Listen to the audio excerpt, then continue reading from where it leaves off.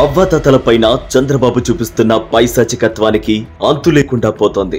2019 July నుంచి మొన్నటి March 2024 వరకు 1వ తారీఖున తెల్లవారుతుండగానే అవ్వాతాతల ఇంటికొచ్చి మరీ పెన్షన్ ని అందించారు గ్రామ వాలంటీర్లు. అయితే 2024 ఏప్రిల్ నెలలో చంద్రబాబు దురహంకారం వల్ల అవ్వాతాతలు పెన్షన్ కోసం సచివాలయం దాకా వెళ్లాల్సి వచ్చింది. దాంతో ఎండలో క్యూలో నిలబడలేక 2 రోజుల్లోనే 39 మంది చనిపోయారు. బాబు గారి సాడిజం ఇక్కడితో కూడా ఆగలేదు. వ్యవస్థలను మేనేజ్ చేసేసి మే నెల పెన్షన్ ని బ్యాంక్ కి వెళ్లి తెచ్చుకునే పరిస్థితిని కల్పిస్తున్నాడు. ఎంతటి దారుణమసలు!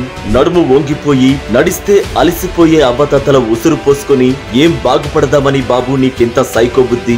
వచ్చే ఎన్నికల్లో అవ్వాతాతల ఒక్క ఓటు కూడా మీ కూటమికి పడదు.